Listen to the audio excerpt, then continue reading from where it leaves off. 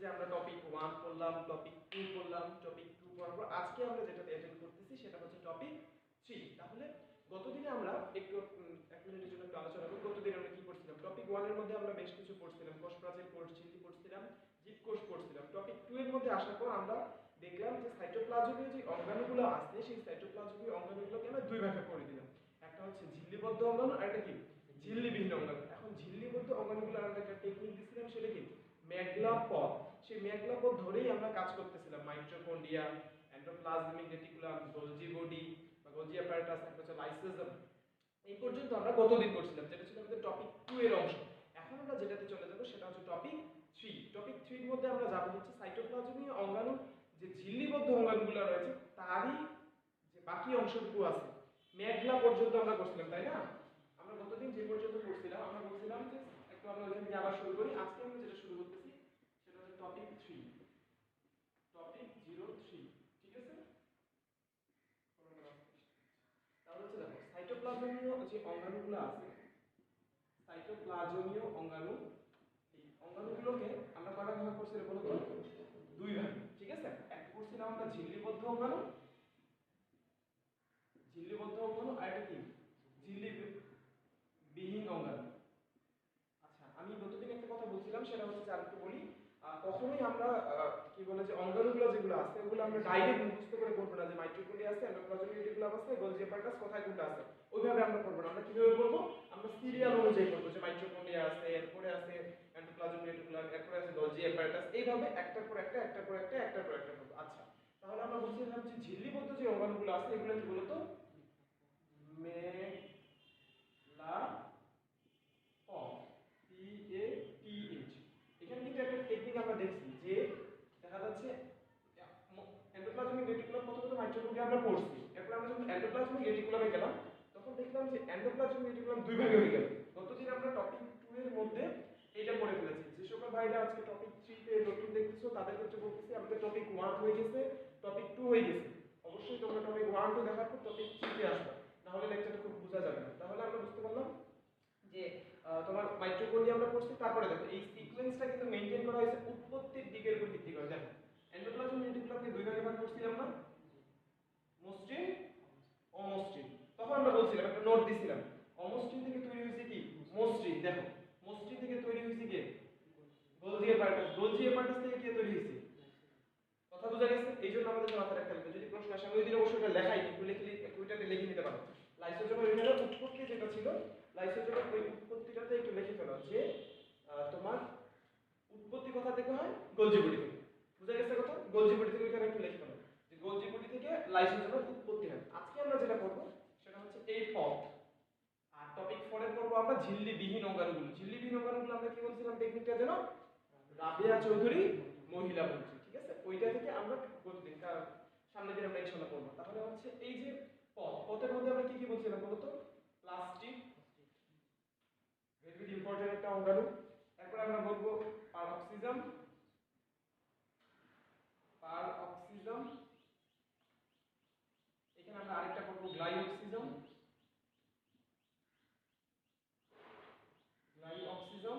এখানে করব টি তে টোনোপ্লাস্ট, টোনোপ্লাস্টের নাম শুনছেন আমরা? টোনোপ্লাস্ট। আর আরেকটা জিনিস করব সেটা হচ্ছে দেখো আমাদের জানি যে তিনটা জিনিস খুবই প্রসিদ্ধ। একটা হচ্ছে শক্তি বা পাওয়ার হাউস নামে পরিচিত যে মাইটোকন্ড্রিয়া, রান্নাঘর নামে পরিচিত হচ্ছে প্লাস্টিক, আরেকটা অঙ্গাণু আছে কি বলতো? নিউক্লিয়াস, সেটা হচ্ছে কোষের মস্তিষ্ক। তার মানে তিনটা বৃহৎ মানে মানে খুবই গুরুত্বপূর্ণ অঙ্গাণু। তাহলে দেখো তো এইটাও আসছে, এইটাও আসছে, তার মানে একটা বাদ পড়ে গেছে, ওই একটাকে আমরা এখানে ইনক্লুড করে দিই, সেটা হচ্ছে নিউক্লিয়াস। তার মানে আমরা আজকে এই কয়েকটা অঙ্গাণু নিয়ে আলোচনা করব ইনশাআল্লাহ। ঠিক আছে?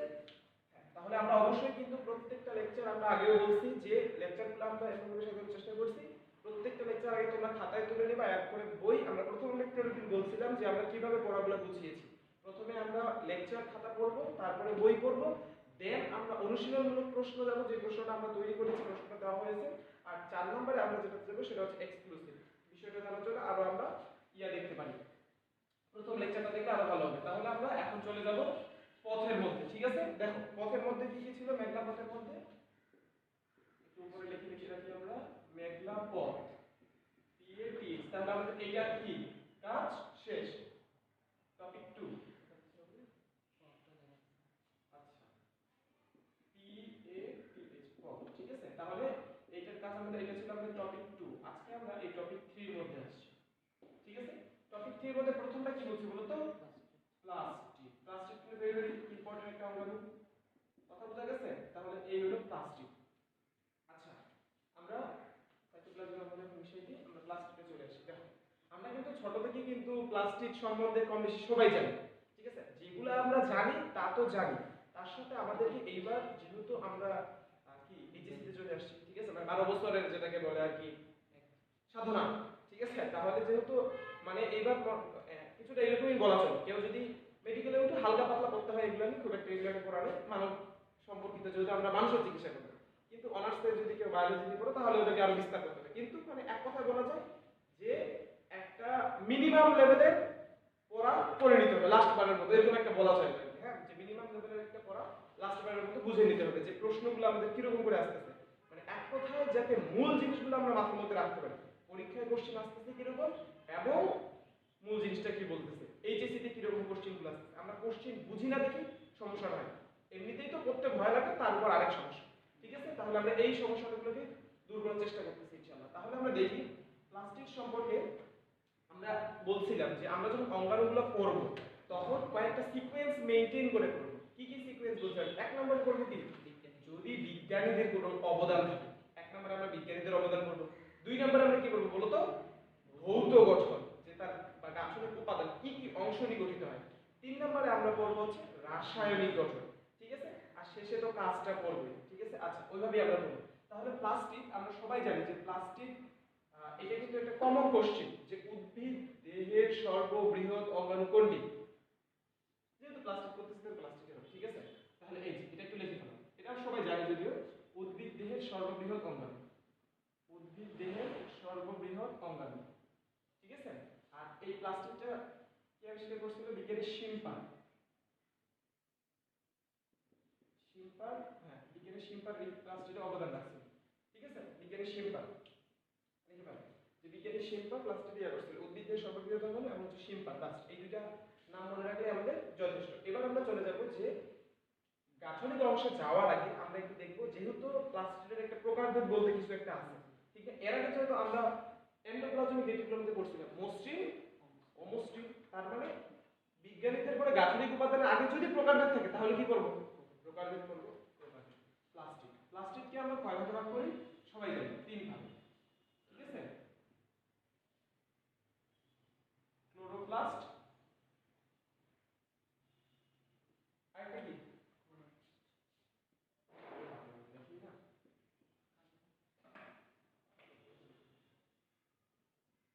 ক্রোমোপ্লাস্ট, একটু আগে কি লিখেছি, আরেকটা কি লিউকোপ্লাস্ট। তাহলে আমরা সকলেই জানি যে প্লাস্টিকের প্লাস্টিককে প্রধানত কয় ভাগে ভাগ করা হয়? তিন ভাগে, ক্লোরোপ্লাস্ট, ক্রোমোপ্লাস্ট আর এটা কি লিউকোপ্লাস্ট। আচ্ছা প্রথমে আমরা ক্লোরোপ্লাস্ট নিয়ে আলোচনা করি। আচ্ছা খুবই ইজি টার্ম আমরা জানি। দেখো আমরা সবাই ইয়াগুলা মানে কমন একটু চিন্তা ভাবনা যদি করে আমরা করি, যে গাছের পাতাগুলো সবুজ হয়ে কিসের জন্য? কিছু একটা আছে, কি আছে? একটা মানে রঞ্জক পদার্থ, মানে রঙিন পদার্থ যেটাকে বলে পিগমেন্ট, ইংলিশে যেটাকে বলে পিগমেন্টটা কি রকম? সবুজ, সবুজ বর্ণের, এই জন্য কি বলে ক্লোরোফিল আছে, ক্লোরোফিল আছে, ঠিক। তার মানে এই ক্লোরোপ্লাস্টের মধ্যে ক্লোরোপ্লাস্ট হচ্ছে অনেকটা ক্লোরোফিল, ক্লোরোফিল শোনাচ্ছে না? আসলেই ঠিক, যে ক্লোরোফিল থেকে ক্লোরোপ্লাস্ট, ঠিক আছে। ক্লোরোফিল আছে দেখি পিগমেন্টটা। তাহলে এই ক্লোরোপ্লাস্টটা কি রকম হবে বলো তো? এই জানি ওই কালার দিই, কি কালার হবে? সবুজ বর্ণের। তার মানে এই ক্লোরোপ্লাস্টটা হচ্ছে সবুজ বর্ণের, ঠিক আছে। আর এখানে যে কথাটা বলছে, এইখানে যে পিগমেন্টগুলো থাকে মানে যে রঞ্জক পদার্থগুলো আছে তার মধ্যে হচ্ছে ক্লোরোফিল এ, ক্লোরোফিল বি,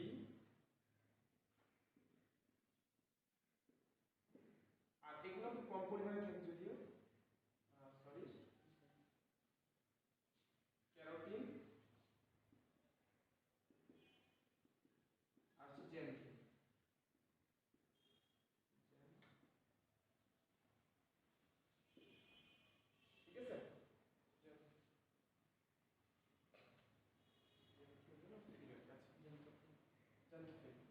তাহলে হচ্ছে যে ক্লোরোপ্লাস্টের মধ্যে আমরা বললাম ক্লোরোফিল এ আছে, sorry chlorophyll, chlorophyll a, chlorophyll b, carotene আর কি জ্যান্থোফিল। আচ্ছা, এই যে ক্লোরোফিল এটা আছে, এই ক্লোরোফিল এ আছে কতগুলো? প্রায় 75%।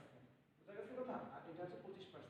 এগুলোর পরিমাণটা খুবই কম থাকে, এগুলোর পরিমাণটা থাকে হচ্ছে এইখানে বেশি। এগুলোর কালার আমাদেরকে জানতে হবে, এগুলো কিন্তু পরীক্ষায় আসে যে ক্যারোটিন কোন বর্ণের, জ্যান্থোফিল কোন বর্ণের, ঠিক আছে? এই কালারগুলো আমাদেরকে জানতে হবে। তাহলে এই যে ক্লোরোপ্লাস্ট যেহেতু সবুজ বর্ণের, বুঝা যাবে কথা? তাহলে এর প্রধান কাজ কি বলতো? সবুজ বর্ণ কি কাজে সবচেয়ে বেশি? সালোক সংশ্লেষণ। লিখতে পারো এই যে সালোক সংশ্লেষণ, এই কাজটাই হচ্ছে সবচেয়ে প্রধান, সালোক সংশ্লেষণ। এগুলো আমরা কমন জিনিস, এগুলো আমরা জানি, এগুলো আমরা সময় নষ্ট করব না। আমাদের বসনে যাইতে হবে, তাড়াতাড়ি চালো। এইখানে নোট লিখতে হবে, নোট, এনওটি, নোট। এই যে সালোক সংশ্লেষণ ঘটাচ্ছে, তারপরে রান্না বান্না চলতেছে, এই জন্যই কোষের রান্নাঘর বলা হয়। প্লাস্টিক কোষের রান্নাঘর বলা হয়, কোষের রান্নাঘর বলা হয়। এটা এই পর্যন্ত লিখলে আমাদের যথেষ্ট। ক্লোরোপ্লাস্ট কোষের রান্নাঘর বলা হয়, ঠিক আছে? এবার আমরা যেটা জানি, এখানে একটু সবারই একটু সমস্যা হয়। ক্রোমোপ্লাস্টকে অনেক মনে করে রঙিন বর্ণ, ঠিক আছে? আচ্ছা, সবুজটা কি রঙিন না? সবুজও তো একটা রঙের মধ্যে, বুঝতে জানি কথা?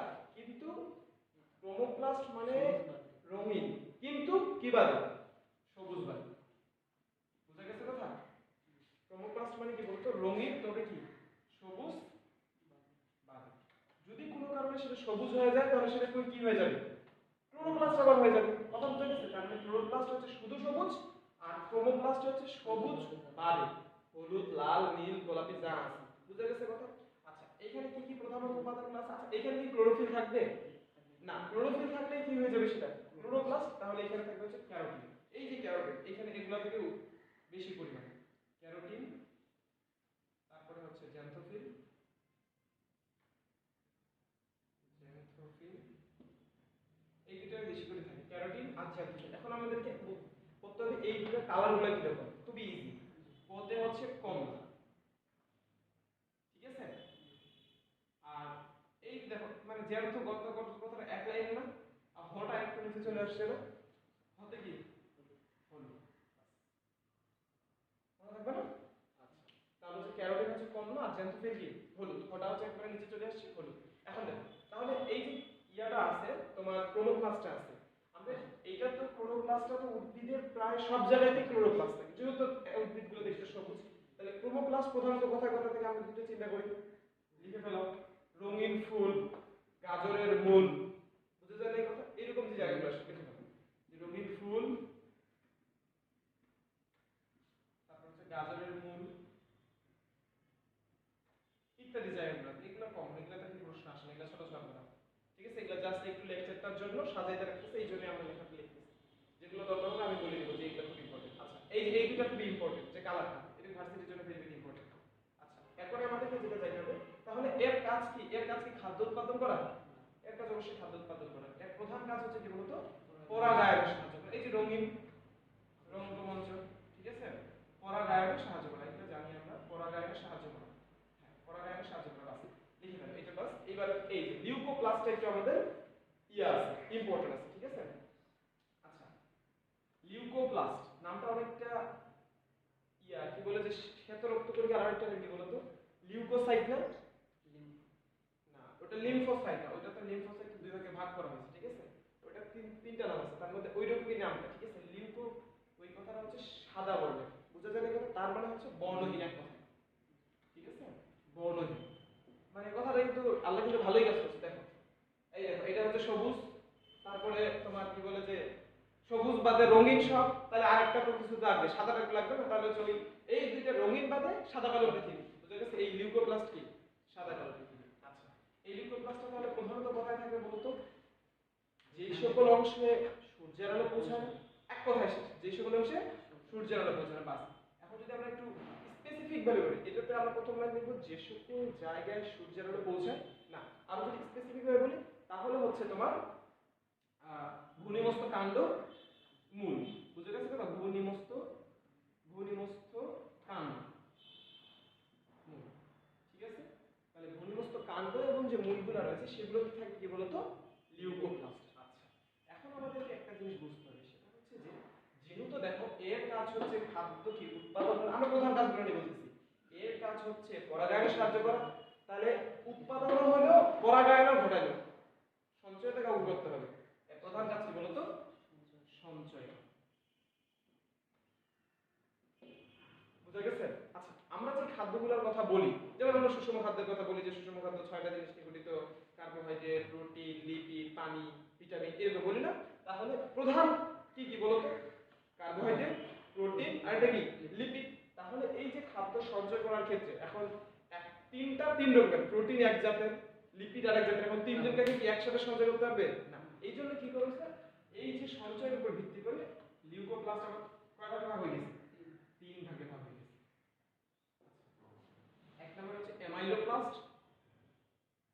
অ্যামাইলোপ্লাস্ট, আচ্ছা এই পাশে কি আসতেছে তো? অ্যামাইলোপ্লাস্ট দেখি তো নিচে নিচে হবে। এক নম্বর হচ্ছে অ্যামাইলোপ্লাস্ট, 2 নম্বর হচ্ছে ইলায়োপ্লাস্ট। ইলায়োপ্লাস্ট, আর 3 নম্বর হচ্ছে এলিউরোপ্লাস্ট। দেখো এখানে কিন্তু ভেরি ভেরি ইম্পর্টেন্ট, এখানে কিন্তু বারে বারে কোশ্চেন দিয়েছে না, কারণ এখানে একটা জিনিস একটু জাস্ট উল্টা উল্টা হয়, এই জন্য কাহিনীটা লাগে। ঠিক আছে, আমি বলি শোনো। দেখো এইটা নিয়ে কোনো কাহিনী নেই। অ্যামাইলো আমরা পড়ছিলাম না যে স্টার্চ দুই ভাগে বিভক্ত, অ্যামাইলোজ, অ্যামাইলোপেকটিন, তার মানে এটা নিয়ে কোনো কাহিনী নেই। এটা হচ্ছে স্টার্চ বা কার্বোহাইড্রেট জাতীয় খাদ্য সঞ্চয় করে, এটা নিয়ে কোনো আমাদের সমস্যা নেই। স্টার্চ বা কার্বোহাইড্রেট জাতীয়। সমস্যা যেটাতে হয় এইটা আর এইটা কিভাবে মিলাবা, মিলার কোনো ডিসিশন। দেখো প্রোটিন যদি করতে যাও, প্রোটিনের এখানে টি আছে, এখানে লি আছে, এটা ঠিক, কিন্তু ভাই লিপিডের তো একেবারে লি আছে। বুঝতে পারছেন কথা? এই জন্য আমরা এইখানে আর ওয়ার্ড দিয়ে মনে রাখতে যাব না, এখানে আমরা একটু মনে রাখবো, এখানে এমনি মনে থাকে এটা ইচ। ঠিক আছে, একটা মনে রাখতে হবে, এই দুটার মধ্যে যে কোনো একটা মনে রাখতে হবে। কথা বোঝা গেছে? ইচ, ইচ থেকে ইটা ইরা প্লাস চলতে চর্বি, বাস হিসাব শেষ। ঠিক আছে, চর্বি মানে কি? লিপিড। ঠিক আছে, আর হচ্ছে তাহলে এটা কি হবে? প্রোটিন। এটা আরেকটা বুদ্ধি আছে, যে মনে করো যে তোমার এই যে কি বলে, মানে ইলি যদি মনে রাখো তারপর হয় ইতে ইলা প্লাস লোতে লিপিড, একবারে মনে রাখতে মানে কারণ নাম দিয়ে যদি মনে রাখতে হয়, তবে আমি ইজ দিয়ে মনে রাখছিলাম, কাহিনী করতে হয়নি এখন। ঠিক আছে, তাহলে আমরা মোটামুটি হ্যাঁ এই ইয়ার মধ্যে যেগুলো ইম্পর্টেন্ট ছিল সবগুলো আমরা বলে ফেলেছি। আমরা একটু দেখি, তাহলে আমরা এইটা বলছি যে এটা একটু সবচেয়ে গুরুত্বপূর্ণ। এই জায়গায় আমরা চর্বিটা যেটা এলিউরোটাও মাঝে সাথে মনে থাকে যে এলিউরো প্রোটিন একটু কেমন কেমন লাগে, কিন্তু ইলায়ন প্লাসটা একটু বারবার আমরা মনে রাখবো। ঠিক আছে, কয়েকবার বললে মনে হবে। অ্যামাইলোজটা বললাম কি, অ্যামাইলোজ থেকে হচ্ছে স্টার্চ, অ্যামাইলোপিক, অ্যামাইলোজ, অ্যামাইলোপ্লাস্ট, আর হচ্ছে ইলায়ন প্লাস চর্বি, আর এলিউরোপ্লাস্ট এগুলো তো প্রোটিন। ঠিক আছে, তাহলে আমরা মোটামুটি যে ভাগ এবং কাজটা আছে সেটা বুঝে ফেলেন। এখন কথা হচ্ছে ভাই এটা কি জানা জরুরি? হ্যাঁ এটা জানা জরুরি, কারণ খ নাম্বারে একটা কোশ্চেন আসে, লিখে ফেলো। ক্লোরোপ্লাস্ট, ক্রোমোপ্লাস্ট ও লিউকোপ্লাস্টের মধ্যে পার্থক্য লিখো। পার্থক্য লিখো। এই যে ক্লোরোপ্লাস্ট, ক্রোমোপ্লাস্ট এবং লিউকোপ্লাস্ট, আমি এখন থেকে একটু ছোট ছোট ছোট ছোট করে লিখব। ঠিক আছে, বুঝে নিতে হবে। ক্লোরোপ্লাস্ট, ক্রোমোপ্লাস্ট ও লিউকোপ্লাস্টের মধ্যে পার্থক্য লিখো। এটা হচ্ছে খ নাম্বারের জন্য মাঝে সাঝে কোশ্চেন আসে। ঠিক আছে, এটা একটু লিখে ফেলো, এই কোশ্চেনটা লাগবে। তখন আমরা কি করব, এই যে কথাগুলো লিখব, যে বর্ণ কার কি রকম, পিগমেন্ট কার কি আছে, তারপরে হচ্ছে যে কার কাজ কি, আর ওই যে এটা একটু ভাগ করে দেব, বাস শেষ। সবুজ সাদা মিশতেই যায় না। তাহলে হচ্ছে আমাদের মোটামুটি শ্রেণী বিভাগটা শেষ। এখন আমাদের কি এখানে আরেকটা ইম্পর্টেন্ট জিনিস আছে যেটা একটু আমাদেরকে পড়তে হবে। ঠিক আছে, কি জিনিসটা, যে ক্লোরোপ্লাস্টের বিভিন্ন জায়গায় বিভিন্ন ধরনের মানে আকৃতি আছে, মানে এক কথা আকার আকৃতি যেটাকে বলে আকৃতি। ক্লোরোপ্লাস্টের আকৃতিটা ভেরি ভেরি ইম্পর্টেন্ট ভার্সিটির জন্য, মেডিকেলের জন্য। এখান থেকে মেডিকেল অপশন ভার্সিটি কোশ্চেন আসে। ঠিক আছে, এই আকৃতিটা আমাদেরকে একটু জানতে হবে। শোনো, আকৃতি যখন আমরা করব, আমরা সাধারণত যখন উদ্ভিদ দেখি, অবশ্যই প্রাণী এখানে কোনো প্রশ্নই আসবে না, প্রাণীর শরীরে ক্লোরোপ্লাস্ট আছে। ঠিক আছে, তার জন্য প্রাণীর কোনো কথা আসবে না। কিন্তু উদ্ভিদের মধ্যে আমরা যখন পঞ্চম অধ্যায়ের দিক পড়ছিলাম, যে উদ্ভিদগুলোকে আমরা দেখছিলাম যে উচ্চ শ্রেণীর উদ্ভিদ, নিম্ন শ্রেণীর উদ্ভিদ। এইখানে আমরা আকৃতির ক্ষেত্রে যখন যাব ওইভাবেই ভাগ করে দেখব যে উচ্চ শ্রেণীর উদ্ভিদের ক্লোরোপ্লাস্টের আকৃতি কিরকম, প্রশ্ন আসলে এইভাবে আসবে। এবার যাব নিম্ন শ্রেণীর উদ্ভিদের। বুঝা গেছে কথা? তাহলে যখন আমরা ভাগ করব তখন আমরা একদিকে পড়বো উচ্চ শ্রেণীর, আরেকদিকে পড়বো কি নিম্ন শ্রেণী, এটা কিন্তু ভেরি ভেরি ইম্পর্টেন্ট একটা জায়গা। আমি কিন্তু ইম্পর্টেন্ট জিনিসগুলো লেখার চেষ্টা করতেছি, এই জন্য মাথায় রাখতে হবে। উচ্চ শ্রেণীর ক্ষেত্রে একবারই শেষ, লেন্স আকৃতি। তার মানে উচ্চ শ্রেণীর ক্ষেত্রে যেই ক্লোরোপ্লাস্টগুলো থাকবে এগুলো কি আকৃতি হবে বলো তো? লেন্স আকৃতির, ঠিক আছে? আর নিম্ন শ্রেণীর মধ্যে এই যে এখন আমাদের কাহিনী আছে, নিম্ন শ্রেণীর মধ্যে বেশ কয়েকটা আছে, আমাদের কিন্তু সবগুলো করতে হবে। কথা বোঝা গেছে? নিম্ন শ্রেণীর মধ্যে আমাদের যতগুলা মানে অনেকগুলোই আছে, আমাদের সবগুলো করতে হবে। আমরা এক এক করে পড়ি মোটামুটি। এক নম্বরে আমাদেরকে যেটা পড়বো সেটা হচ্ছে ক্লামাইডোমোনাস। ক্লামাইডোমোনাস, দেখিও বানানগুলো একটু সমস্যা নেই, এটা পরীক্ষার যখন দেখো। ক্লামাইডোমোনাস হচ্ছে পেয়ার আকৃতির। আমরা একটু সবগুলাই লিখে ফেলি, এগুলো একটু লাগবে। ক্লামাইডোমোনাস হচ্ছে পেয়ার আকৃতির। স্পাইরোগেরা, স্পাইরোগেরা দেখো, এই দেখো স্পাইরোগেরা সর্পিল আকৃতি, সর্পিল আকৃতি। এমনি এটা মনে থাকে, মানে ওয়ার্ড টু ওয়ার্ড মনে রাখলে মনে থাকে ইনশাআল্লাহ। তারপর হচ্ছে অয়েডোগোনিয়াম, অয়েডোগোনিয়াম। আমরা বানানগুলো একটু দরকার হলে বই থেকে দেখে নেব। অয়েডোগোনিয়াম হচ্ছে জালিকাকা, জালিকাকা। তারপর হচ্ছে জাইগেনেমা, ঠিক আছে? এই শোনো একটা জিনিস বলি, দেখো এটা একটু মনে রাখবে। দেখো ক্লামাইডোমোনাসটা আমরা অনেক পড়ি, এইজন্য পেয়ালাকার এটা এমনিতেই মনে থাকে। ক্লামাইডোমোনাস পেয়ালাকার, স্পাইরোইডতে কোনো সমস্যা নাই, অয়েডোগোনিয়ামটা জালিকাকার মনে থাকে। সমস্যা হয় এই এই যে জাইগোনিয়াম আর পিথোফোরা, এইটা নিয়ে, ঠিক আছে? এই যে জাইগোনিয়াম যেটা আছে, জাইগোনিয়াম শুনে আমি একটু কথা বলি। সেটা হচ্ছে যে তারা যে আছে, তারাদের যে চলন, এই চলনকে কি বলে জানো? জিগজ্যাগ চলন। এই যে তারা ফিজিক্সে দেখবা পড়বা যে এই যে এইভাবে একটা চলন আছে না, এই চলনটাকে বলা হয় জিগজ্যাগ, ঠিক আছে? তাহলে ওইভাবে মনে রাখো। তাহলে জিগজ্যাগ চলন থেকে হচ্ছে জাইগোনিয়াম, বুঝছো জানি কথা?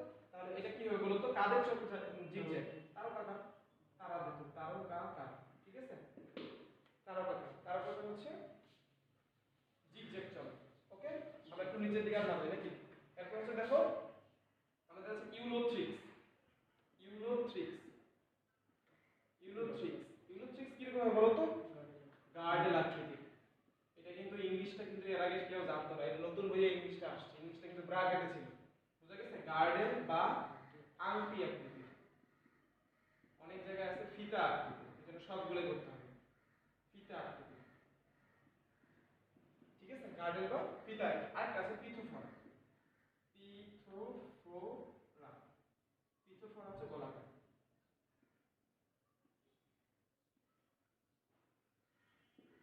পিথোফোরা হচ্ছে গোলাকার, ঠিক আছে? তাহলে আমরা বললাম যে ইউলোথ্রিক্সের ক্ষেত্রে গার্ডেল আকৃতির, এটা আমরা পঞ্চম অধ্যায়ে বারবার পড়বো, এটা নিয়ে আমাদের কোনো সমস্যা নেই। পিথোফোরাটা গোলাকার এমনিতেই বুঝা যায়, পিথোফোরা গোলাকার। দেখো তাহলে আমি একটু বলি, দেখি মনে থাকতেছে কিনা আমাদের। ক্লামাইডোমোনাস পেয়াল আকৃতির, স্পাইরোগেরা সর্পিল আকৃতির, অয়েডোগোনিয়াম জালিকাকার, তারপর হচ্ছে যে জাইগেনিয়াম জিগজ্যাগ, তারকাকার। বুঝা গেছে কথা? ইউলোথ্রিক্স কি? গার্ডেল আকৃতির, আর হচ্ছে পিথোফোরা গোলাকার। হিসাব শেষ। আচ্ছা দেখো তো এটা কি? শৈবাল। এটা কি? শৈবাল। এগুলোর নাম না হয় তুমি জানো না, কোনো দরকার নেই। এটা কি? তার মানে বেশিরভাগই তুমি কি দেখতেছো কত? এইটাও শৈবাল। মনে করো এই দুটার নাম তুমি জানো না, কিন্তু এগুলোর নাম তো জানো, তাই না? তাহলে দেখা যাচ্ছে বেশিরভাগই কি বলো তো এগুলো? শৈবাল। এই জন্য নো, এনওটি, নো। এটা প্রশ্ন আসে, বিশেষ করে রেটিনাল, এটা একটা খুব কমন প্রশ্ন, ঠিক আছে? নোট হচ্ছে শৈবালে ক্লোরোপ্লাস্টে সবচেয়ে বেশি বৈচিত্র্য দেখা যায়। শৈবালের ক্লোরোপ্লাস্টে বৈচিত্র্য দেখা যায়, বৈচিত্র্য দেখা যায়। আচ্ছা দেখো তো সবগুলা শৈবালের মধ্যে কিরকম বৈচিত্র্যতা বেশি? উচ্চ শ্রেণীর মধ্যে একবারে শেষ কি আকৃতির? লেন্স আকৃতির। কিন্তু এইখানে দেখা যাচ্ছে যত কাহিনী, ঠিক আছে? এই জন্যই বলে যে শৈবালের ক্লোরোপ্লাস্টে সবচেয়ে বেশি বৈচিত্র্য দেখা যায়। প্রশ্ন আসে যে নিচের কোনটির ক্ষেত্রে সবচেয়ে বেশি বৈচিত্র্য দেখা যায়? কি হবে? শৈবাল। বুঝা গেছে কথা? আচ্ছা, তাহলে আমাদের মোটামুটি এই পর্যন্ত পড়লেই যথেষ্ট, ঠিক আছে?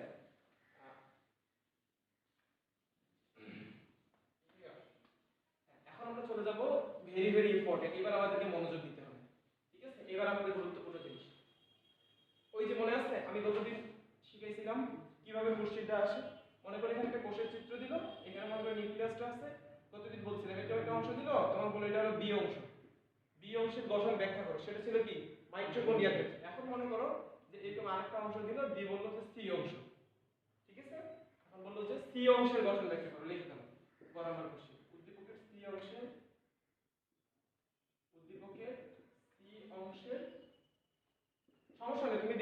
বুঝতে পারবা যে এটা কি ক্লোরোপ্লাস্ট না মাইটোকন্ড্রিয়া, কিন্তু তোমাকে প্র্যাকটিস করতে হবে। ওই জন্য প্রথম লেকচারের মধ্যেই আমি বলছিলাম যে ইয়া করো, কাজ করো, ওই চিত্রটা আঁকো, ঠিক আছে? সি অংশ আমি কিন্তু প্রত্যেকের চিত্র কিন্তু দেখবো, মাথায় রাখিও এটা। এই জন্য লেকচার শুধু দেখি রাখা যাবে না। উদ্দীপকের সি অংশের গঠন ব্যাখ্যা করো।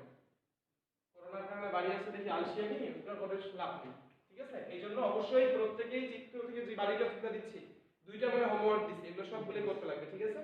আচ্ছা, তাহলে উদ্দীপকের সি অংশের সাথে গঠন ব্যাখ্যা করো। এখন আমরা চলে যাব ব্যাখ্যাতে, ঠিক আছে? আচ্ছা, এটা কিন্তু ভেরি ভেরি ইম্পর্টেন্ট একটা জায়গা, বুঝতে হবে। আমি ওই যে মাইটোকন্ড্রিয়া আর এই ক্লোরোপ্লাস্ট, এই দুইটার গঠন সবচেয়ে বেশি ইম্পর্টেন্ট, চিত্র সহ, ঠিক আছে? আচ্ছা, আমি একটু খারাপ করে চিত্র আঁক করি, ঠিক আছে?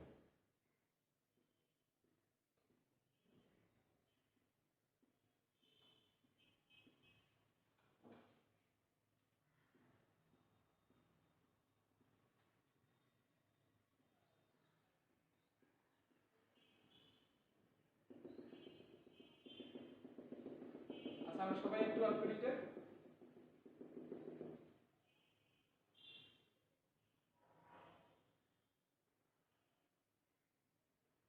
মনে করো একটা আমরা প্লাস্টিক আঁক করব, ঠিক আছে? দেখো, ওই দিন আমরা যখন মাইটোকন্ড্রিয়া করি তখন আমরা চিত্র দেখে দেখে পড়ার চেষ্টা করছিলাম। আজকে আমরা একটু চিত্র দেখে দেখে পড়ার চেষ্টা করব। তাহলে আমরা মনে করো যে ডাইরেক্ট উত্তরে যাচ্ছি। প্রথমে আমরা মনে করো যে প্লাস্টিক কি, এটা নিয়ে একটু কথা বলবো, ঠিক? তাহলে আমরা যেটা বলছিলাম সেটা হচ্ছে যে প্লাস্টিকের যখন আমরা উত্তরটা লিখব তখন আমরা করব আমি কি সংজ্ঞা, ঠিক আছে? এরপর আমরা যেটা করব সেটা হচ্ছে গাঠনিক উপাদান। গাঠনিক উপাদান যে কি কি বিষয় নিয়ে এই প্লাস্টিকটা কি গঠিত। তাহলে আমরা একটু যদি দেখি প্লাস্টিকের কি কি উপাদান আছে। আমরা বলছিলাম যে যখন আমরা মাইটোকন্ড্রিয়া পড়ি, যে বিশেষ বিশেষ অঙ্গাণুগুলো আছে ওগুলা কিন্তু আমরা সেম ভাবে পড়ার চেষ্টা করব, যে কি কি ছিল, বাইরে কিছু একটা ছিল, তার ভিতরে কিছু একটা তরল পদার্থের মতো ছিল, তারপরে বেশ কিছু জিনিস ছিল, এগুলো এইভাবে পড়ার চেষ্টা করব। তাহলে আমাদের কনফিউজ হবে না, পরীক্ষা হলে লিখতে সুবিধা হবে, ঠিক আছে? তাহলে আমাদের সবচেয়ে বাইরে যে অংশটা আছে সেটা কি বলতো? আবরণী, ঠিক আছে? তাহলে এক নম্বরে আমরা লিখব ঝিল্লি, ঝিল্লি বা আবরণী যেটা, ঠিক আছে? আচ্ছা, দেখো তো এখানে কয়টা আবরণ দিছি আমি? দুইটা, মানে দ্বিস্তরী। মাইটোকন্ড্রিয়া কয় স্তরী ছিল? দ্বিস্তরী। এন্ডোপ্লাজমিক রেটিকুলাম তো আমরা স্তর পড়ি নাই, ইয়া পড়ছিলাম লাইসোজোম পড়ছিলাম, কয় স্তরী? দ্বিস্তরী। আচ্ছা, মনে আছে যে লাইসোজোম এক স্তরীয় হতে পারে কার ক্ষেত্রে? উদ্ভিদের ক্ষেত্রে। যদি কি হয় তখন নাম কি হয় তার? ওলিওজোম। আচ্ছা, ঠিক আছে, মনে আছে। তাহলে আমরা গত লেকচারে পড়ছিলাম এটা। আমাদের এই যে দেখো মাইটোকন্ড্রিয়া আর ক্লোরোপ্লাস্টের ক্ষেত্রে একটা পার্থক্য আছে। আমরা দেখছিলাম যে মাইটোকন্ড্রিয়ার ক্ষেত্রে যখন আউটার মেমব্রেন আর ইনার মেমব্রেনটা যেটা ছিল এটা ভাঁজ হয়ে কি গঠন করছিল বলো তো? আঙ্গুলের মতো প্রবর্ধন। সেগুলো কি অক্সিজেন বলে? কি বলে? ক্রিস্টি বলে। হ্যাঁ, এটা কিন্তু ভুল করা যাবে না, গতদিন আমি বারবার বলছিলাম। তাহলে আঙ্গুলের মতো যে প্রবর্ধনগুলো সৃষ্টি করে সেগুলো কি বলে? ক্রিস্টি বলে। ওকে, ক্রিস্টির গায়ে কি থাকে বৃন্তকের মতো, সেটা কি? অক্সিজেন। ওকে, তারপর আমরা এখন দেখো তাহলে এখানে কি কোনো পরিবর্তন হয়েছে পর্দা দুইটা? না, তার মানে পর্দা যা তাই আছে। এখন আমাদের তাহলে আমরা লিখে ফেলবো যে দ্বিস্তরী পর্দা দ্বারা গঠিত, ঠিক আছে? তার আগে আরেকটা কথা আছে এখানে দেখো, ভেরি ভেরি ইম্পর্টেন্ট, যেটা সবারই ভুল হয়। কারণ এই জিনিসগুলো আমরা কখন মানে চিন্তা ক্রিটিক্যাল চিন্তা করি না, খালি রিডিং করি, যে মনে করি যে আর স্টুডেন্ট তো বুঝতে পারবে কোশ্চেন কি রকম হবে, ঠিক আছে? এখন বিষয়টা হচ্ছে যেটা দেখো, তাহলে আমাদের বুঝতে হবে অন্যান্য গুলার ক্ষেত্রে যে পর্দাটার কথা বলছিলাম আমরা যখন তৃতীয়টা পড়ছিলাম তখন কিন্তু আমরা বলছিলাম যে লিপিডের ক্ষেত্রে যৌগিক লিপিড তিন প্রকার, ফসফোলিপিড, গ্লাইকোলিপিড, আর কি বলছিলাম? সালফোলিপিড। তখন কিন্তু একটা আমি কথা বলছিলাম যে ফসফোলিপিডটা বেশিরভাগই আমরা কিন্তু দেখছি মাইটোকন্ড্রিয়ায় কে ছিল? ফসফোলিপিড ছিল, এইদিকেও ফসফোলিপিড ছিল, তাহলে বেশিরভাগের কে ছিল মানে পর্দাটা হবে কি? ফসফোলিপিড। কিন্তু যখন আমরা গ্লাইকোলিপিড করতেছিলাম তখন আমরা একটা কথা বলছিলাম কি বলতো? ছাগল বলছিলাম না, মনে নেই? হ্যাঁ, এই ছাগল করার পিছনে কারণ কি ছিল? এই যে দেখছো, এখন প্রমাণ দেখো, সাথে কি ছিল? সালোক সংশ্লেষণ। তার মানে সালোক সংশ্লেষণের সাথে যেগুলো সম্পর্কিত তাদের ক্ষেত্রে কোন লিপিড হবে? গ্লাইকোলিপিড। কথা কি বুঝা গেছে? তার মানে এটা কি সালফোলিপিড হবে? অবশ্যই হবে গ্লাইকোলিপিড। লিখে ফেলো। অথচ এইটা বাদে সবগুলাই কি? ফসফোলিপিড। বুঝা গেছে কথা? এইটা মানে এই সালোক সংশ্লেষণে যেগুলো বাদ আছে সেগুলো বাদ, গ্লাইকোলিপিড। মনে থাকবে? এটা কিন্তু ভেরি ভেরি ইম্পর্টেন্ট একটা জায়গা। মনে করো স্যার দিয়ে দিল নিচে কোনটি আবরণী ফসফোলিপিড নয়, বুঝা গেছে কথা? তখন কি করবা? সবাই তো চিন্তা করে যাবে কোথায় কি আছে, কারণ এত ক্রিটিক্যাল ভাবে চিন্তা করা যাবে না। তাহলে হচ্ছে আমাদের একেবারে মনে রাখবো ছাগল, ওই যে ওইখানে যে বলছিলাম এখানে আরেকবার পড়াই দিলাম, সালোক সংশ্লেষণে যেটা আছে সেগুলো কি? গ্লাইকোলিপিড, ঠিক ঠিক আছে? আচ্ছা, আমাদের 1 নম্বরে গেল কি বলতো, ঝিল্লি। 2 নম্বরে মাইটোকন্ড্রিয়ার ক্ষেত্রে যেরকম করছিলাম, ঝিল্লির পরে ভিতরে একটু ঢুকছিলাম, একটা তরল পদার্থ পাইছিলাম, এইখানে একটা তরল পদার্থ আছে। কি বলতো তরল পদার্থটা? ওইখানে কি ছিল নামটা বলতো? ম্যাট্রিক্স। এইখানে নাম হবে স্ট্রোমা। একই কথা, লিখে ফেলো, আমি বলতেছি। সেটা হচ্ছে যে আবরণীর ভিতরে অবস্থিত তরল পদার্থকে স্ট্রোমা বলে। আবরণীর ভিতরে অবস্থিত তরল পদার্থকে কি বলে বলতো? স্ট্রোমা বলে। এগুলো নিয়ে আমাদের কথা বলার কোনো দরকার নেই। আমাদেরকে যেটা মনে রাখতে হবে, ভেরি ভেরি ইম্পর্টেন্ট। আচ্ছা, আমরা যদিও পড়ে ফেলেছি নবম অধ্যায়টা, নবম অধ্যায়টা, তারপর আমি একটু বলি। সেটা হচ্ছে যে আমরা ওইখানে পড়ছিলাম, তাছাড়াও যারা পড়ে নেই এখনো তাদের ক্ষেত্রে বলতেছি, যদি আমরা 9 10 এর কথা চিন্তা করি, ক্রেবস চক্র পড়ছিলাম না আমরা, C3 C4 চক্র, ওগুলা আমরা জানি যে চক্রটা মানে প্রথমত দুই ভাগে ভাগ করে, আলো মানে আলোক নিরপেক্ষ অধ্যায় আর হচ্ছে আলোর উপর যে মানে নির্ভরশীল পর্যায়। আলোক নিরপেক্ষ পর্যায়টা কি ছিল? C3 আর C4। Very very important. Stroma, এই যে স্ট্রোমা আছে, এই স্ট্রোমার মধ্যে আলোক নিরপেক্ষ পর্যায় C3 আর C4 বলে লিখে দেন। যে স্ট্রোমাতে নোড আলোক নিরপেক্ষ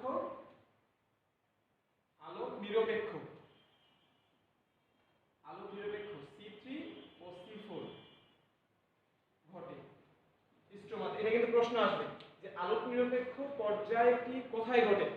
স্ট্রোমা, গ্রানা, আর অনেকগুলো অংশ আছে, কিন্তু স্ট্রোমা লেমিনি কোনোটি নয়। কথা বুঝে গেছে? এইভাবেই কিন্তু প্রশ্নগুলো আসে, আর এগুলো আমাদেরকে মাথায় রাখতে হবে। ঠিক আছে? তাহলে হচ্ছে আমাদের স্ট্রোমা গেল, তাই না? স্ট্রোমা আমাদের এটুকু জানতে যথেষ্ট, নোটটা আমরা লিখে ফেলেছিলাম। বাস, এরপর আমরা 3 নম্বরে চলে যাব। Very very important. আমি এগুলো সবগুলো মিশাই দিই, কারণ গোটা বোর্ডটাই লাগবে এখানে। সেটা হচ্ছে দেখো, আমাদের ভিতরে দেখো, তাহলে আমরা পর্দা গেলাম, এরপরে ভিতরে এই যে তরল পদার্থের মতো, এটাও কি শেষ করলাম। এইবার দেখো, এই যে কিছু দেখা যাচ্ছে না, এইখানে বিষয়টা 3 নাম্বার লিখে ফেলো, থাইলাকয়েড। থাইলাকয়েড এখানে কিন্তু বোঝার আছে, অনেক গুরুত্বপূর্ণ। থাইলাকয়েড ও গ্রানাম। গ্রানাম, থাইলাকয়েড ও গ্রানাম। ঠিক আছে? লিখে ফেলো, আমি বলতেছি। ম্যাট্রিক্সের অভ্যন্তরে, ম্যাট্রিক্সের মধ্যে লিখলে হবে, সমস্যা নেই। ম্যাট্রিক্স সরি স্ট্রোমার মধ্যে, কারণ এখানে তো আর ম্যাট্রিক্স না, ওটা ছিল মাইটোকন্ড্রিয়া। তাহলে হচ্ছে যে দেখো মিল আছে কিন্তু, মাইটোকন্ড্রিয়া ম্যাট্রিক্স আর তোমার সালোক সংশ্লেষণ স্ট্রোমা। বুঝা যাচ্ছে? ভুল হওয়ার চান্স নেই। তাহলে স্ট্রোমার মধ্যে বিদ্যমান, স্ট্রোমার মধ্যে বিদ্যমান চাকতির মতো বস্তু সহযোগে গঠিত। দেখো আমি টার্মগুলো বলি, চাকতির মতো বস্তুর সমন্বয়ে গঠিত, চাকতির মতো বস্তুর সমন্বয়ে গঠিত ঢাক সদৃশ অনেকগুলো বস্তু দেখা যায়। ঢাক সদৃশ, ঢাক সদৃশ অনেকগুলো বস্তু দেখা যায়। ঢাক সদৃশ অনেকগুলো বস্তু দেখা যায়। এ সকল বস্তুকেই গ্রানাম বলে। গ্রানাম, এ সকল বস্তুকে কি বলে বলতো? গ্রানাম। বহুবচনে গ্রানা, বহুবচনে বলা হয় এটাকে গ্রানা। এগুলো নিয়ে কিন্তু খুব কনফিউজিং, যে কোনটাকে কি বলা হয়, কোনটা কোথায় আছে, কি আছে, এটা কিন্তু ভেরি ভেরি ইম্পর্টেন্ট একটা জায়গা, আর কনফিউশন সবচেয়ে বেশি। এই জন্য মাথায় রাখতে ভালো হবে। দেখো আমি একটু বলি, দেখা হয়েছে না? দেখো আমি দুইটা টার্ম বলছি। স্ট্রোমার মধ্যে চারটি মতো বস্তুর সহযোগে গঠিত ভাগ সদৃশ বস্তু অবস্থিত, তাদেরকে আমি কি বলতেছি? গ্রানাম। ওগুলোকে বহুবচনে কি বলে? গ্রান। ওই জন্য গ্রানাম গ্রানে আমি কাহিনী নেই। তাহলে গ্রানাম হচ্ছে কিরকম দেখতে বলতো? ঢাক সদৃশ। আচ্ছা দেখো তো, এইটা কি ঢাক সদৃশ দেখাচ্ছে না? গোটাটাই ঢাক সদৃশ দেখাচ্ছে। বুঝো না কথা? আমার যদি এটা আঁকড়াটা ওরকম হয় না, মনে এটা যদি দেখতে অনেকটা এইরকম দেখায়, ঠিক আছে, ঢাক ঢোল যেরকম কি বলে, তাহলে হচ্ছে ঢাক সদৃশ গোটাটাই।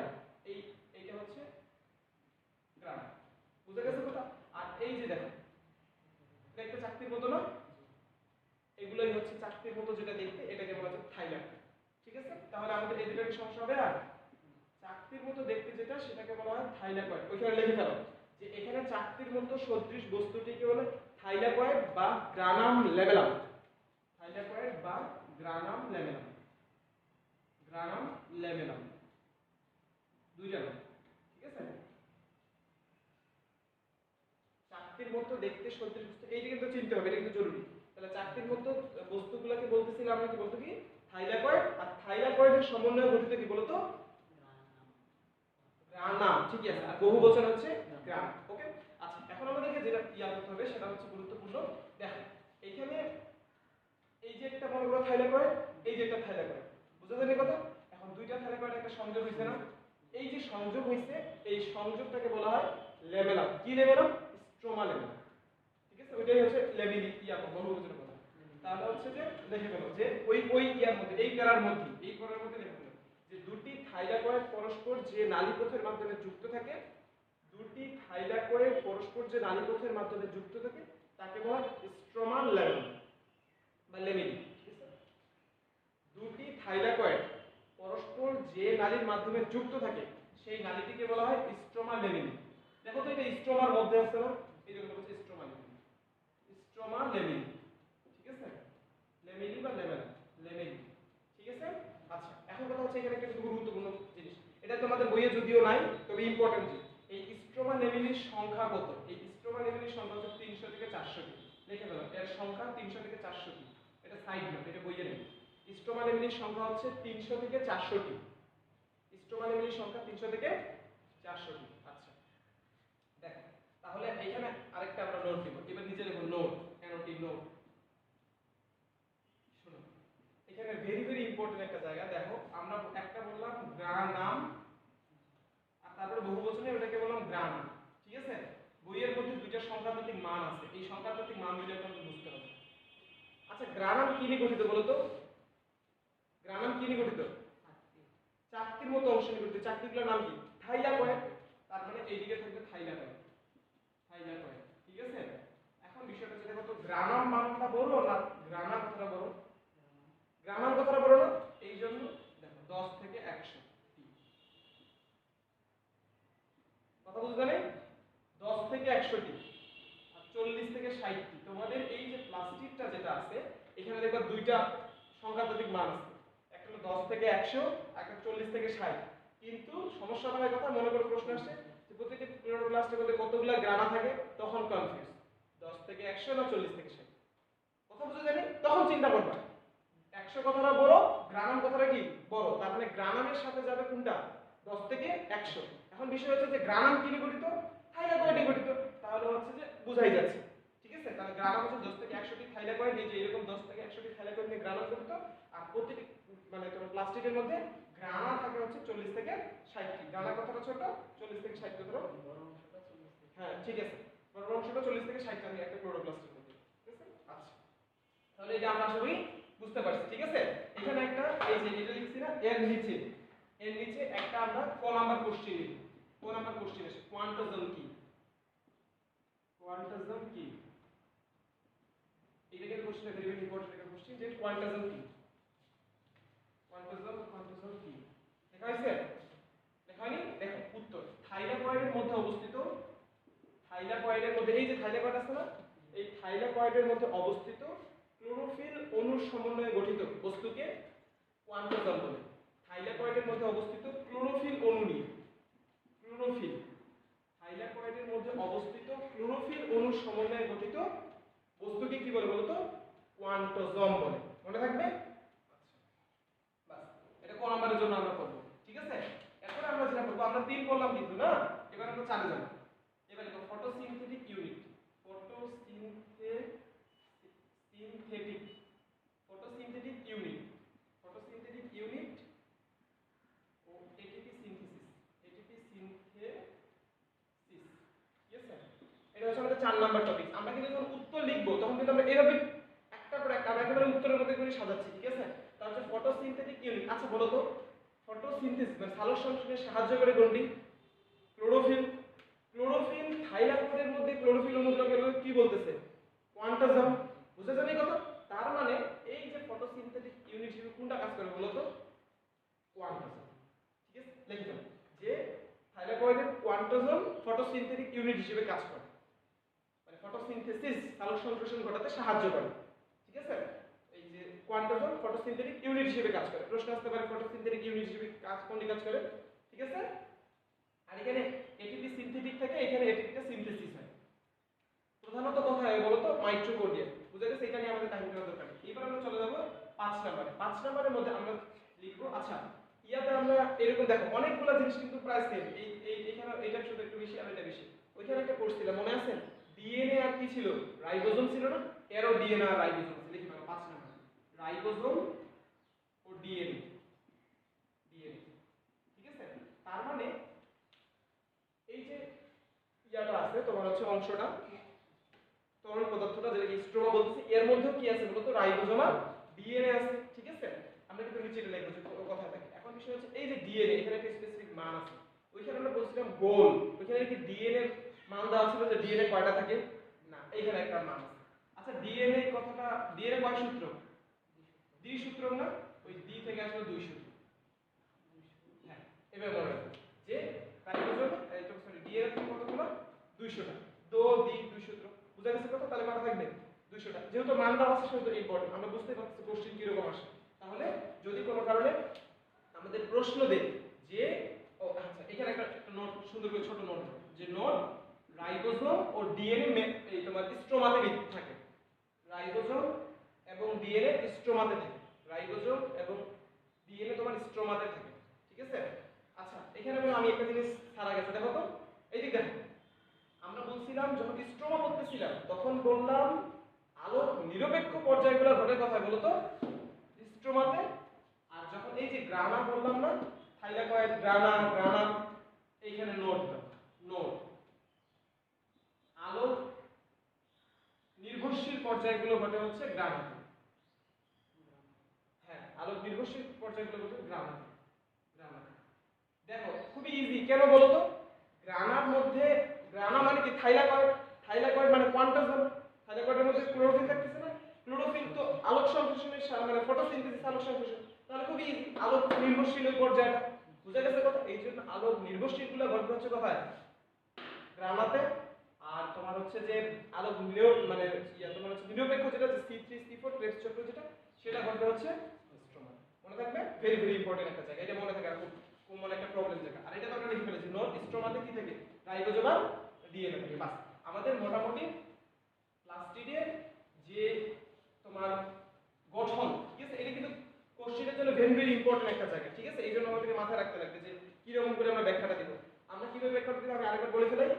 উত্তর লেখার পর উদ্দীপকের সি অংশটি হচ্ছে এটা, লেখার পর আমরা এই যে ওইদিন আমরা যেভাবে শিখছিলাম 1 2 দেওয়ার পর চিত্রটা মারি দিব, ঠিক আছে?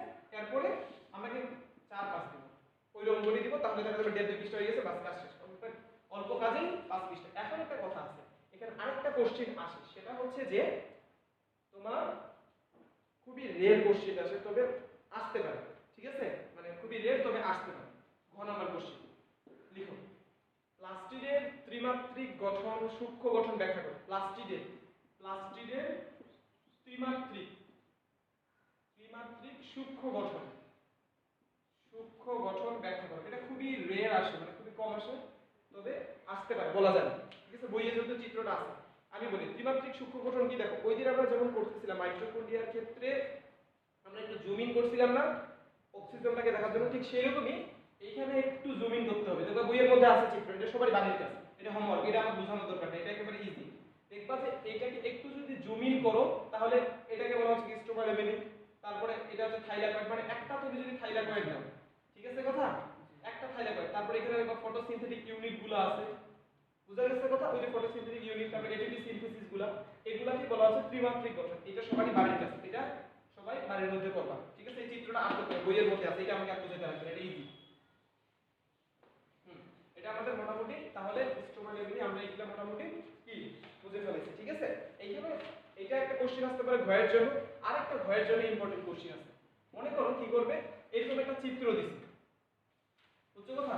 এরকম একটা চিত্র দিছে, দেওয়ার পর মনে করো এখানে দিছে এইভাবে কার্বন ডাই অক্সাইড, এই পাশে দিছে অক্সিজেন, বুঝলে এই কথা? এটা মনে করো উদ্দীপক। তারপরে ঘ নাম্বার তোমার কোশ্চেন বলছি উদ্দীপকের, মনে করো গতে বললো উদ্দীপকের গঠনটা ব্যাখ্যা করো, আর ঘতে বলবে উদ্দীপকের প্রক্রিয়াটির, প্রক্রিয়াটির গুরুত্ব ব্যাখ্যা করো। কথা বোঝেন? উদ্দীপকের প্রক্রিয়াটা কি? সালোক সংশ্লেষণ। এখন তোমাকে সালোক সংশ্লেষণের গরুর রচনা লিখতে হবে, কথা বোঝা গেছে? হ্যাঁ, এখন সালোক সংশ্লেষণের এই তোমার উদ্দীপকের প্রক্রিয়াটির গুরুত্ব, ঠিক আছে? এই কোশ্চেনটা লিখে নাও, এই কোশ্চেনগুলো সম্ভাব্য আসতে পারে ইনশাআল্লাহ, ঠিক আছে? আচ্ছা, উদ্দীপকের প্রক্রিয়াটির গুরুত্ব আমরা লিখে ফেলেছি না? হ্যাঁ, তাহলে আমাদের মোটামুটি প্লাস্টিডের ইনশাআল্লাহ এই পর্যন্তই কোশ্চেন। আচ্ছা, আরেকটা কোশ্চেন, একটা ইম্পর্টেন্ট একটা কোশ্চেন আছে, সেটা হচ্ছে ক্ষয়ের জন্য। এটা শুধু প্লাস্টিক না, আমরা এতক্ষণ থেকে দেখো যখনই আমরা প্লাস্টিক প্লাস্টিক বলতেছি তার সাথে একটা কি বলতেছি বলো তো, মাইটোকন্ড্রিয়া, মানে কম্বাইন করে করার চেষ্টা করলাম না আমরা, তার মানে আলটিমেটও একটা সম্পর্ক আছে। কি সম্পর্ক? মাইটোকন্ড্রিয়া আর প্লাস্টিডকে একসাথে একটা জিনিস বলি, নাম বলতে পারবা? পড়ছো তো, কিন্তু ফাইবারাইজেশন, এন্ডোসিম্বায়ন্ট। এন্ডোসিম্বায়ন্ট, ঠিক আছে? মানে কি? শুনো, এখানে একটা খ নাম্বার জন্য বসে আছে, এন্ডোসিম্বায়ন্ট বলতে কি বুঝো বা অঙ্গাণুগুলো কি কি, ঠিক আছে? এটা খ নাম্বার বসে লিখে ফেলবা, লিখে ফেলো যে এন্ডোসিম্বায়ন্ট বলতে কি বুঝো বা অঙ্গাণুগুলো কি কি, ঠিক আছে? শুনো আমি বলি, এটা লেখা, আমি উত্তরটা জাস্ট বলতেছি, বাসায় লিখে দিলাম। আচ্ছা দেখো, উত্তরটা কি আমি তখন থেকে বলছি, মনে রাখার জন্য, কিন্তু ব্যাখ্যাটা এটা হচ্ছে মনে রাখার জন্য। তখন থেকে আমি বলছি mitochondria, mitochondria plastid, mitochondria plastid, নিউক্লিয়াসে গেছি না। প্রধান তিনটা, একটা হচ্ছে রান্নাঘর, একটা হচ্ছে মস্তিষ্ক, আর একটা হচ্ছে পাওয়ার হাউস। বুঝা গেল কথা? তার মধ্যে আমরা মস্তিষ্ককে বাদ দিলাম, ওটা পরের বিষয়, একেবারে সবার কোর্স শেষে। কিন্তু তার আগে প্রধান দুটো, আমরা কি গোলজি বডি, এন্ডোপ্লাজমিক রেটিকুলাম এগুলোকে প্রধান প্রধান করতেছিলাম না? প্রধান প্রধান বলছি আমরা মাইটোকন্ড্রিয়া আর কি প্লাস্টিড। এখন কি করা হয়, এই মাইটোকন্ড্রিয়া আর প্লাস্টিডকে একসাথে এন্ডোসিম্বায়ন্ট বলা হয়। বুঝা গেছে কথা? কিসের জন্য বলা হয়? ইউক্যারিওটিক কোষে, ইউক্যারিওটিক আর প্রোক্যারিওটিক আমরা শিখছি না? অবশ্যই আদি কোষ আর প্রকৃত কোষ, ঠিক আছে? আদি কোষের মধ্যে কি এত সব জিনিস থাকে? আদি কোষে একটাই বেশি থাকে, রাইবোজোমটা। বুঝা গেছে কথা? যেহেতু প্রকৃত কোষের কথা আমরা বলতেছি, মানে ইউক্যারিওটিক কোষে, এই ইউক্যারিওটিক কোষে কি হয়, একটা প্রক্রিয়া আছে, ফ্যাগোসাইটোসিস, আর কয়েক ভাগে বিভক্ত, এক্সোফ্যাগোসাইটোসিস, এন্ডোফ্যাগোসাইটোসিস, ঠিক আছে? এক্সো মানে বাহির, আর এন্ডো মানে ভিতরে। কি হয়, এই এন্ডোফ্যাগোসাইটোসিস প্রক্রিয়ার মাধ্যমে কিছু ব্যাকটেরিয়া ভক্ষণ করে। বুঝা গেছে? এটা বিজ্ঞানীদের একটা ধারণা যে এন্ডোফ্যাগোসাইটোসিস প্রক্রিয়ার মাধ্যমে কি করছিল বলো তো? ব্যাকটেরিয়া ভক্ষণ করছিল। যে ব্যাকটেরিয়াটা বিবর্তিত হয়ে পরবর্তীতে এই প্লাস্টিক আর মাইটোকন্ড্রিয়ার জন্ম দিয়েছিল। কথা বোঝা গেছে? তাহলে দেখা যাচ্ছে যে ওই ব্যাকটেরিয়া থেকে একসাথে দুটাই চলে আসছে না, এই জন্য সিম্বায়ন্ট কথাটা, ঠিক আছে? এন্ডোফ্যাগোসাইটোসিস প্রক্রিয়ার মাধ্যমে, ওই জন্য তোমার হচ্ছে এন্ডো কথাটা আছে, ঠিক আছে? তাহলে হচ্ছে আমরা বুঝতে পারলাম যদি এটা কিন্তু ইয়ার জন্য ইম্পর্টেন্ট, তোমার হচ্ছে মেডিকেলের জন্য ইম্পর্টেন্ট, যে কেন তোমার হচ্ছে নিচের কোনটি এন্ডোসিম্বায়ন্টের অঙ্গাণুগুলো, ঠিক আছে? মনে করে দিল chloroplast plus mitochondria, mitochondria plus Golgi body, Golgi body plus endoplasmic reticulum, ঠিক আছে? এই দুটো আমরা মাথায় রাখবো। আচ্ছা, তাহলে আমাদের মোটামুটি প্লাস্টিডের কাজ শেষ। ওকে, আমাদের মোটামুটি ইনশাআল্লাহ প্লাস্টিড যদি আমরা এই পর্যন্ত পড়ি, এগুলো যদি আমরা মাথায় রাখি ইনশাআল্লাহ, তাহলে প্লাস্টিড আমাদেরকে আর করতে হবে না, ঠিক আছে? এবার আমরা চলে যাব, এরপর আমাদের কি ছিল পথের মধ্যে? আরেকটা ছিল, বলতো কি? পারক্সিজম।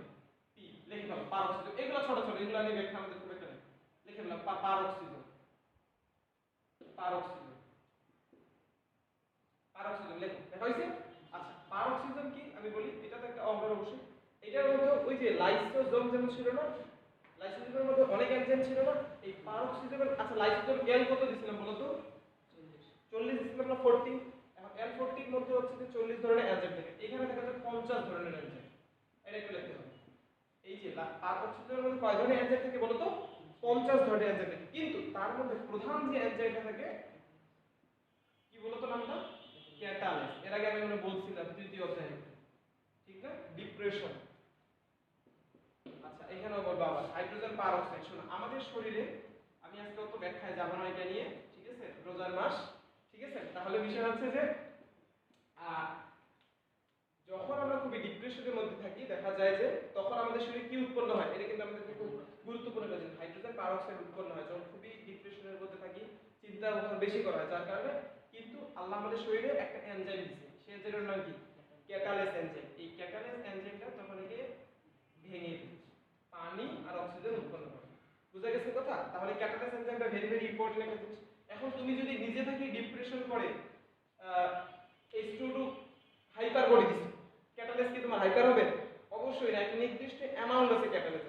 এখন তুমি এটা যদি নিজে থেকে, আমি এর আগে আমার স্টুডেন্ট থেকে ব্যাখ্যা বলছিলাম, আমি আজকে আর যাবো না, রোজার মাস, ঠিক আছে? আমি আমার রোজাটাকে মাফ করতে চাচ্ছিলাম।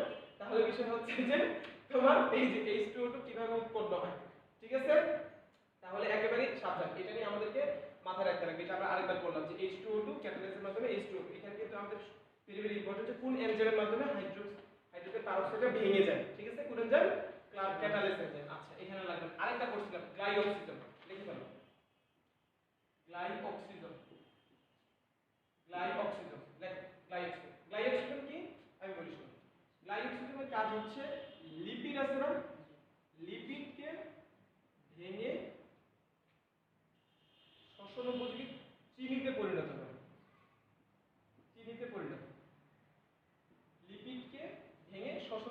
কিসে পরিণত করবে মূলত চিনিতে পরিণত করবে। এটা কিসের জন্য দরকার হয় আমি বলি। আমাদের ক্ষেত্রে যেগুলো হয় আমরা খুব সহজে আমাদের তো মনে করো যে কার্বোহাইড্রেট থেকে চিনিতে হয়, কিন্তু লিপিড থেকে চিনিতে কোনটাতে দরকার হয়? বীজ শুনছো না? এই বীজের ক্ষেত্রে কি হয়? লিপিড থাকে সবচেয়ে বেশি, ঠিক আছে? এই কারণে এই বীজটা যখন বড় হয় তখন ওদের এনার্জির দরকার হয় খুব, তখন এই গ্লাইকোক্সিজেন কি করে লিপিডকে ভেঙে চিনিতে পরিণত করে, যার কারণে খুব তাড়াতাড়ি হয়।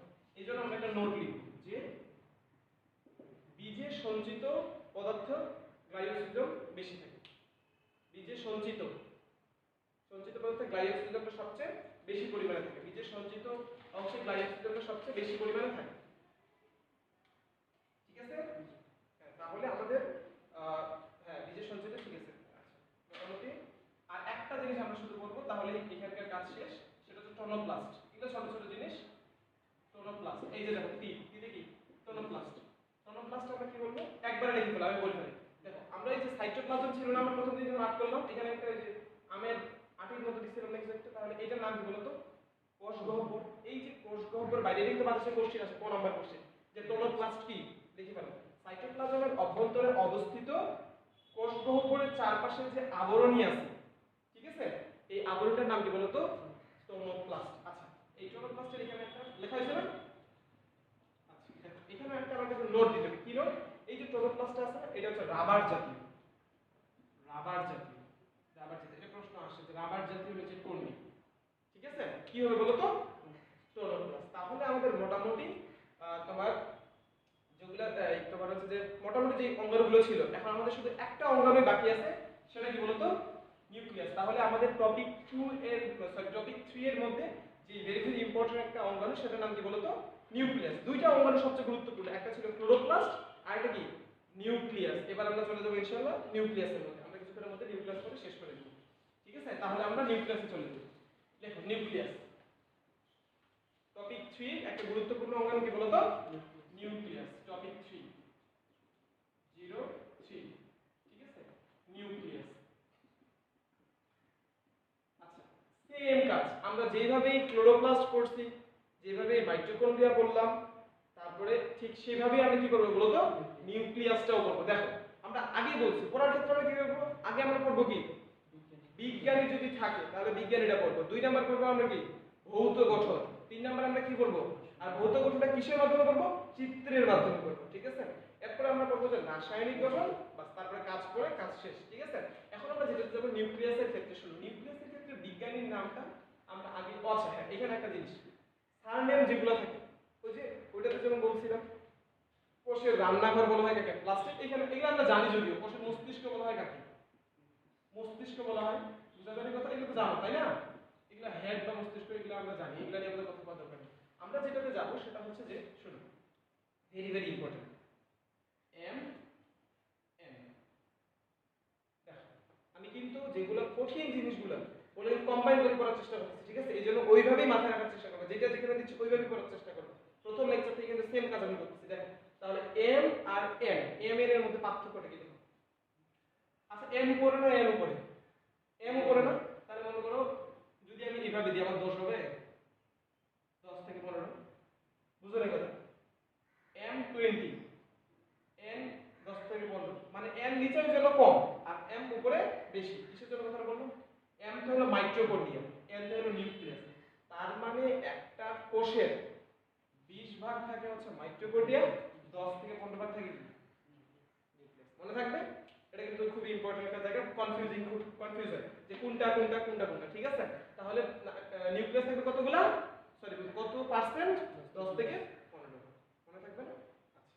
তাহলে আমরা গাঠনিক অংশের মধ্যে আমরা এখন দেখব যে কিভাবে প্রশ্নটা আসে। আমরা তখন বলছিলাম আচ্ছা প্রত্যেকটা পড়ার ক্ষেত্রে আমরা দেখছিলাম যে একটা আমরা কমন সিকোয়েন্সে পড়ছি, যে এই অংশগুলোর প্রধান অংশগুলো পড়ার ক্ষেত্রে আমরা দেখছি যে গো বা ঘয়ের জন্য একটা কি ইম্পর্টেন্ট কোশ্চেন আসতেছে। আমরা তখন বলছিলাম যে কোষের গঠনের ক্ষেত্রে মনে করি যে এখানে এই যে এ অংশ দিল, বি মনে করি এটা এ, এটা কি বি, এটা কি দিল সি দিল, তখন পড়ছিলাম ঠিক না? ওই সেম প্রসেস যে বললো যে উদ্দীপকের সি অংশটির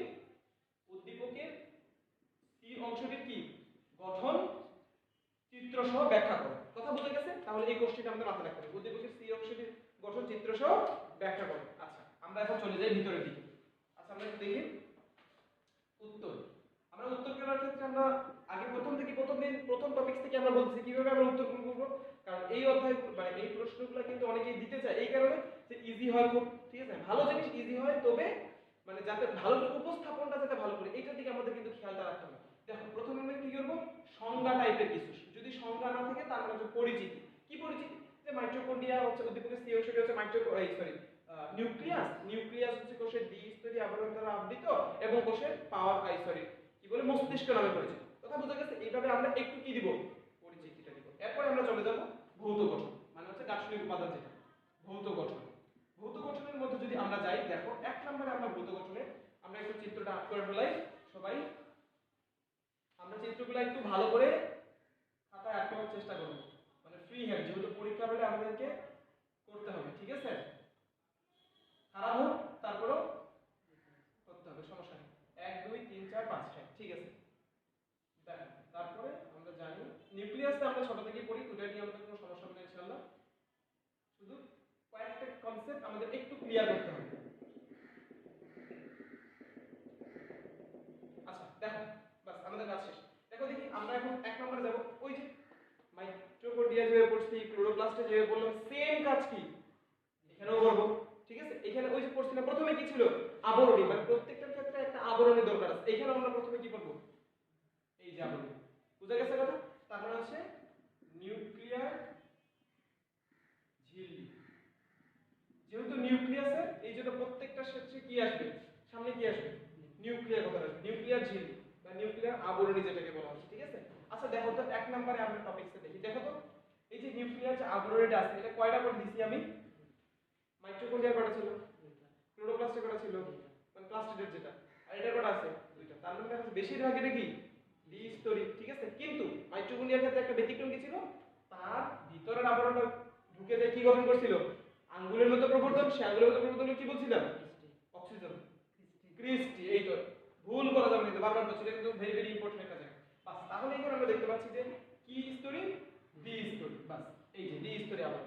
দেখো আমরা প্লাস্টিক যখন পড়লাম তখন কিন্তু এরকম একটা কথা বলছিলাম, আমরা প্লাস্টিকের ক্ষেত্রে কি বলছিলাম, ছাগল না গরু বলছিলাম, ছাগল বলছিলাম। তার মানে সালোক সংশ্লেষের সাথে যেগুলো মিল আছে তাদের যে আবরণীটা আছে সেই আবরণীটা কোন লিপিড, গ্লাইকোলিপিড। কিন্তু ওইটা বাদে বাকিগুলো কি ফসফোলিপিড। বাস তাহলে এটা কি হবে, ফসফোলিপিড নির্মিত। কথা বোঝা গেছে? বাস ফসফোলিপিড নির্মিত, দেখি তাহলে নিউক্লিয়ার ঝিল্লি হচ্ছে ফসফোলিপিড নির্মিত। ওকে আচ্ছা হ্যাঁ একটা জিনিস গতদিন মনে একটু একটা জিনিস একটা কাহিনী হয়েছিল, সেটা হচ্ছে যে ওই যে আমরা যখন মাইটোকন্ড্রিয়া পড়তেছিলাম তখন আমরা লিপিডের কথা বলছিলাম না, ওই লিপিডের ওইখানে আমরা বলছিলাম লিপিড প্রধানত কোন লিপিড ছিল, ফসফোলিপিড। ওইখানে মনে আমি একটু টানটা 75% দিছিলাম, 75% না, ওইটা হবে 90%, ঠিক আছে। ওইটা আমি একটু দেখলাম যে এটা আসলে 75, এটা হচ্ছে 90, মানে 75 ছিল এর আগে যেটা ছিল, ঠিক আছে। এর আগে আরেকটা বললাম না, ওইখানে ছিল 75%। কোষ ঝিল্লির ওইখানে কোষ ঝিল্লির 75% ছিল, ঠিক আছে, শুষ্ক ওজনে। আর তোমার মাইটোকন্ড্রিয়ার ক্ষেত্রে 90 ভাগই কি ছিল, ফসফোলিপিড। এক কথায় কথার অর্থ হচ্ছে যে এদের ক্ষেত্রে আমি যেটা বলছিলাম যে ফসফোলিপিড আবরণীতে সবচেয়ে বেশি কাজে লাগে, কিন্তু একটা জায়গায় শুধু মানে গ্লাইকোলিপিড আসে, সেটা কোন জায়গায়, ছাগল সালোক সংশ্লেষের সাথে যেটা আসবে, এটা আমরা ক্লোরোপ্লাস্টে কিন্তু আলোচনা করে ফেলেছি, ঠিক আছে। তাহলে হচ্ছে এই যে ফসফোলিপিড হচ্ছে আমাদের আবরণী তৈরি করবে, তাহলে আমরা ফসফোলিপিড নির্মিত জানলাম, ঠিক আছে। তাহলে আমরা বাকি ওগুলো সম্বন্ধে সবগুলো জানে ফেললাম। তাহলে একমাত্র ক্লোরোপ্লাস্টটা হবে কি বলতো, সালোক সংশ্লেষণ নির্মিত, মানে ক্লোরোপ্লাস্টের যে সালোক সংশ্লেষণ, এই জন্য সেটা হবে কি ছাগল গ্লাইকোলিপিড, আর এটা হবে কি ফসফোলিপিড। এবার 3 নম্বর আমরা যেটা দেখবো, দেখো এটার ক্ষেত্রে একটা জিনিস বেশি আছে, দেখো তো প্রত্যেকটার ক্ষেত্রে ইয়ার পরে একটু করে ছিদ্র হইছে না, তাহলে সেম জিনিস এগুলো আমরা জানি, এটার নাম কি বলতো, নিউক্লিয়ার রন্ধ্র। এখন আমাদের এখানে যেটা জানতে হবে সেটা হচ্ছে এই নিউক্লিয়ার রন্ধ্রটার ব্যাসটা কত, ঠিক আছে, কত ব্যাস হবে বলো তো, 9 মিলিমিটার। ওকে তাহলে হচ্ছে নিউক্লিয়ার রন্ধ্রের ব্যাসগুলো কতটুকু করে, 9 মিলিমিটার করে। বাস এটা আমাদের এখানে আর কোনো গুরুত্বপূর্ণ কাজ নাই, এটা আমরা নিউক্লিয়ার ঝিল্লি এই পর্যন্ত পড়লেই যথেষ্ট। এবার আমরা চলে আসবো 2 নম্বরে। দেখো 2 নম্বরে এরপরে আমরা বলছিলাম যে প্রত্যেকটা গঠনের ক্ষেত্রে আমরা কমন করছিলাম প্রথমে কি আবরণী, এরপরে গেলাম কি একটু তরল পদার্থ। মাইটোকন্ড্রিয়ার ক্ষেত্রে যে তরল পদার্থটা ছিল সেই তরল পদার্থের নাম কি ছিল, ম্যাট্রিক্স। সালোক সংশ্লেষণের ক্ষেত্রে সাহায্য করে কে, প্লাস্টিড। তাহলে দন্তাস্ব, ওই তরলটাকে তখন কি বলা হচ্ছে, স্ট্রোমা। এইটার ক্ষেত্রে সেম, এটার নাম কি নিউক্লিয়াস না, তাহলে এই তরল পদার্থের নাম কি হবে, নিউক্লিওপ্লাজম। বাস হিসাব শেষ। দেখে নাও নিউক্লিওপ্লাজম, নিউক্লিওপ্লাজম, ঠিক আছে, নিউক্লিওপ্লাজম। আচ্ছা, নিউক্লিওপ্লাজম আমরা ওই ইয়াতে লিখবো এইভাবেই, মনে করো যে তোমার ডাইরেক্ট যে নিউক্লিয়াসের অভ্যন্তরে অবস্থিত তরল পদার্থকে কি বলে, এগুলো আরো মানে রঙ্গ বেরঙ্গ লাগানোর জন্য থকথকে জেলির মতো হ্যান্ডেল সেই যেগুলো আছে ওগুলো আমরা লাগাই দেবো, ওইটা আমাদের ব্যক্তিগত ব্যাপার। তাহলে আমাদের মূল কথা হচ্ছে যে নিউক্লিওপ্লাজমের অভ্যন্তরে অবস্থিত তরল পদার্থের নাম কি বলতো, নিউক্লিওপ্লাজম। বাস, এগুলা নিয়ে আমাদের আলোচনার কিছু নেই, এই নিউক্লিয়াস নিয়ে মানে বিস্তর আলোচনা আছে, তবে আমাদের সিলেবাসে যতটুকু প্রয়োজন আমরা যেভাবে উত্তরগুলো দিব, ঠিক আছে। এখন বিষয় হচ্ছে যে তারপরে কাজ, এর কাজ কি, এর কাজ হচ্ছে আচ্ছা সরি, নিউক্লিয়ার যে আবরণ ছিল এর কাজ কি, এগুলোকে ঘিরে রাখা, বাস হিসাব শেষ। তারপরে হচ্ছে যে তোমার এই যে নিউক্লিওপ্লাজম যেটা আছে এর কাজটা কি, ওগুলোর ক্ষেত্রে আমরা দেখছিলাম এক একটার ক্ষেত্রে এক একটা কাজ ছিল, ম্যাট্রিক্সের কিছু কাজ ছিল, তারপরে হচ্ছে যে তোমার স্ট্রোমার কিছু, স্ট্রোমাতে কি হয় কত আলো নিরপেক্ষ অধ্যায়ের কাজগুলো হয়। এখানে আমরা দেখব যে এই যে নিউক্লিওলাস এই নিউক্লিওপ্লাজম যেটা আছে এখানে দেখো তো এই যে কি ঘটতেছে এগুলা আছে না, নিউক্লিয়ার রেটিকুলাম বা ক্রোমাটিন তন্তু, আর এটা কি নিউক্লিওলাস। তার মানে ওই ক্রোমাটিন তন্তু বা নিউক্লিওলাসকে কি করা, ধারণ করা। দেখে ভালো যে নিউক্লিয়ার রেটিকুলাম বা ক্রোমাটিন তন্তু এবং নিউক্লিওলাসকে ধারণ করে, ঠিক আছে, এটা লিখে ভালো। এরপরে চলে যাব আমরা 3 নাম্বারে কাজ। 3 নাম্বার আমাদের হচ্ছে নিউক্লিওলাস, নিউক্লিওলাস, এইটা আমাদের একটু ভালো করে করতে হবে, এইটা একটা ভেরি ইম্পর্টেন্ট একটা জিনিস, ঠিক আছে, এটা আমাদের একটু করতে হবে নিউক্লিওলাস। আচ্ছা দেখো তো নিউক্লিয়াস, নিউক্লিওলাস আমরা বলছিলাম প্রত্যেকটার ক্ষেত্রে আমরা আগে কি করব বলতো, বিজ্ঞানীদের নাম। নিউক্লিওলাসে একটা সংগঠন হতে মনে হচ্ছে না, তাহলে এখানেও বিজ্ঞানীর অবদান আছে নিশ্চয়ই। হ্যাঁ আচ্ছা বলতো বর্তমান সময়ে সবচেয়ে বেশি সমালোচনা হয় কোনটা, মানে সামাজিক যোগাযোগ মাধ্যমের মধ্যে, ফেসবুক। বাস এই তো মনে আসছে, মনে রাখবো এফবির দুর্নাম, কথা বোঝা গেছে। আচ্ছা মাইটোকন্ড্রিয়ার ক্ষেত্রে আমরা এটা একটা টেকনিক করছিলাম মনে আছে, আপন কে, ঠিক আছে না, ঠিক সেই রকম এফবি দুর্নাম।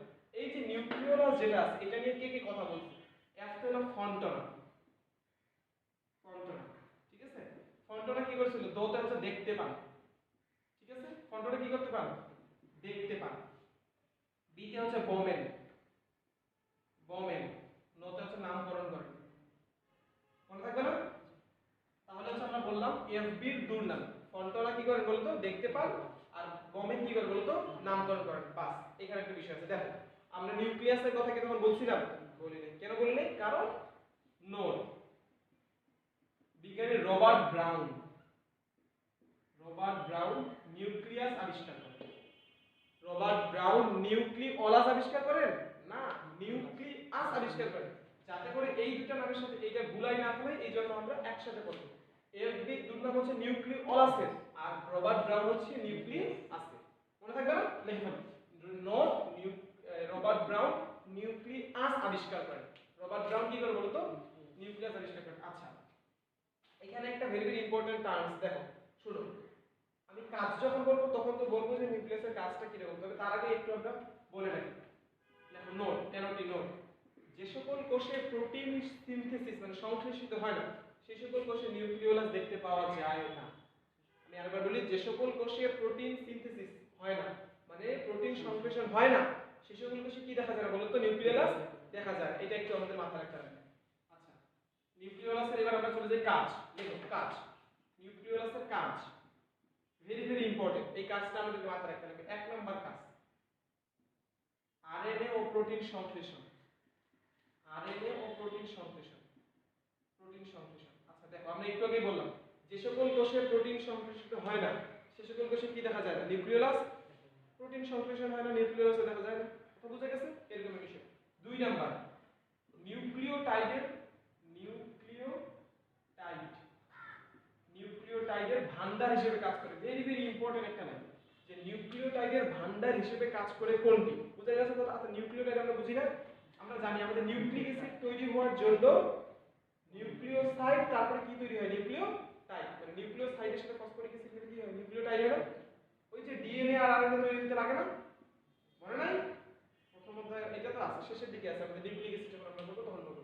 তাহলে হচ্ছে এই ডিএনএ আর 9 জনের তো ছিল এসএসসি লেভেলে, যে ডিএনএ অথবা আরএনএ তৈরি হতে প্রয়োজন হয় প্রথমে তৈরি হয় নিউক্লিওসাইড, ওই যে নাইট্রোজেন নাইট্রোজেন বেস কার্বনগুলো পাঁচ কার্বনিষ্ট এগুলো মিলে সবগুলো কিন্তু নিউক্লিওসাইড, তারপর ফসফরিক এগুলো নিউক্লিওটাইড, নিউক্লিওটাইড থেকে তারপরে তৈরি হয়ে গিয়ে যে ডিঅক্সি রাইবো নিউক্লিক অ্যাসিড, এভাবে বলি না ইয়ার সূত্র, তাহলে হচ্ছে নিউক্লিওটাইডের ভান্ডার হিসেবে কোনটি কাজ করে বলো তো? নিউক্লিওলাস। মনে থাকবে না? আচ্ছা, এবার হচ্ছে 3 নাম্বার, এটা হাসান স্যারের বইয়ে নেই, আজমল স্যারের বইয়ে নেই, যে এই নিউক্লিওলাস মাঝে সাথে রাইবোজোম সৃষ্টি করতে সহায়তা করে। রাইবোজোম সৃষ্টিতে সহায়তা করে, রাইবোজোম সৃষ্টি, ঠিক আছে? এটা কার রেফারেন্স? আজমল স্যারের রেফারেন্স থেকে এটা, ঠিক আছে? তাহলে যে দেখো রাইবোজোম তোমার হচ্ছে যে কি, তোমার কি বলে যে রাইবোজোম কি সংশ্লেষণ করে বলো তো? প্রোটিন সংশ্লেষণ করে। তাহলে আমরা বললাম যে প্রোটিন সংশ্লেষণে সাহায্য করতেছে কে? সেম কাজ কিন্তু হাসান স্যার বলছে প্রোটিন সংশ্লেষণ করে, আর আজমল স্যার বলছে কি? রাইবোজোম। কারণ রাইবোজোমই তো আলটিমেটলি প্রোটিন সংশ্লেষণের কাজটা করে, তাই না? তাহলে দুইজনের কথার মধ্যে কিন্তু একটু মিল আছে বলতে মিল তো অবশ্যই আছে। প্রশ্ন যদি আসে, এটা যেহেতু হাসান স্যার বইয়ে নেই, তাহলে যদি প্রশ্ন আসে রাইবোজোম সৃষ্টিতে কোনো সহায়তা, তাহলে আমরা কি দিব? নিউক্লিওলাস। মনে থাকবে? তাহলে এখন আমরা কথাটা একেবারে স্পষ্ট হয়ে গেলাম, যে নোট যেটা লিখলাম, যে যে সকল কোষে প্রোটিন সিনথেসিস হয় না, সে সকল কোষে নিউক্লিওলাস দেখা যায়। কথা কি বোঝা গেছে? বাস, আমাদের নিউক্লিওলাসের কাজ শেষ। এবার লাস্ট নিউক্লিয়ার রেটিকুলাম। এই যে নিউক্লিয়ার রেটিকুলাম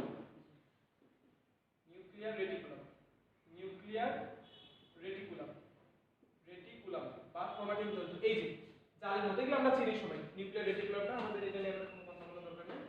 নিউক্লিয়ার রেটিকুলাম শুধু একটু লিখবো, দুই একটা লাইন। 1 নাম্বার, কোষের বিশ্রাম অবস্থায় দেখা যায়, ঠিক আছে?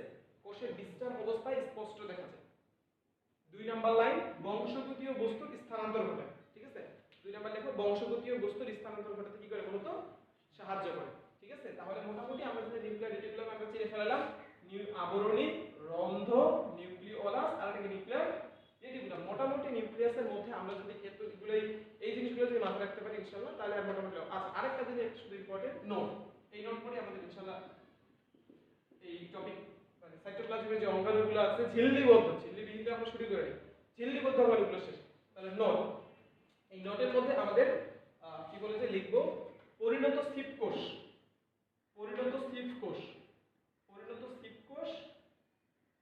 ও মানুষের লোহিত রক্তকণিকা। বুঝতে পারছো মনে হয়? রক্তকণিকা কি নিউক্লিয়াস থাকে? কণিকায় থাকে না। না, পরিণত স্থিত কোষ এবং মানুষের লোহিত রক্তকণিকায় কি নিউক্লিয়াস থাকে না। কথা কি বোঝা গেছে? তাহলে আমরা বলছিলাম, আমরা শুধু একটু রিভাইজ দিই 1 মিনিট। আমরা বলছিলাম যে সাইটোপ্লাজমীয় অঙ্গাণুগুলোকে দুই ভাগে আমরা ভাগ করছিলাম, ঝিল্লিবদ্ধ অঙ্গাণু, ঝিল্লিবিহীন অঙ্গাণু। ঝিল্লিবদ্ধ অঙ্গাণুকে বলছিলাম মনে রাখার জন্য মেগলাপন, মাইটোকন্ড্রিয়া, ইতে ছিল এন্ডোপ্লাজমিক রেটিকুলাম, জিতে কি ছিল? গোলজি বডি, এলতে ছিল লাইসোজোম, তারপরে পিতে বললাম প্লাস্টিড। আমরা গতদিন টপিক 2 এর মধ্যে ওগুলা পড়ছি। এরপরে টপিক 3 এর মধ্যে আসার পর আজকে আমরা যেগুলো বললাম সেটা হচ্ছে প্লাস্টিড এবং কি বললাম তোমার হচ্ছে যে প্লাস্টিড বললাম, পারক্সিজম বললাম, টোনোপ্লাস্ট বললাম, পপ টি এ টি এইচ, ঠিক আছে? এইচ তে মনে করে যে নিউক্লিয়াস, ওই যে আমাদের কি বলে যে মানে যেহেতু মূল একটা অংশ। তাহলে আমরা মোটামুটি সবগুলা কাজকর্মগুলো বুঝতে পারলাম। আর আমাদের যদি এই পর্যন্ত করি, আর যেগুলো আমাদের দুই একটা লাইন আমাদের যদি লেস ইম্পর্টেন্ট যে লাইনগুলো, ওগুলো আমি অবশ্যই বইয়ে দাঁড়াই দেবো, ঠিক আছে? তাহলে ওগুলো নিয়ে আমাদের কোনো কথা দরকার নেই। তাহলে আমরা ইনশাআল্লাহ বুঝতে পারছি। আমাদের লেকচার আজকে এই পর্যন্তই, ঠিক আছে? তো সবাই ভালো থেকো, সুস্থ থেকো। আসসালামু আলাইকুম।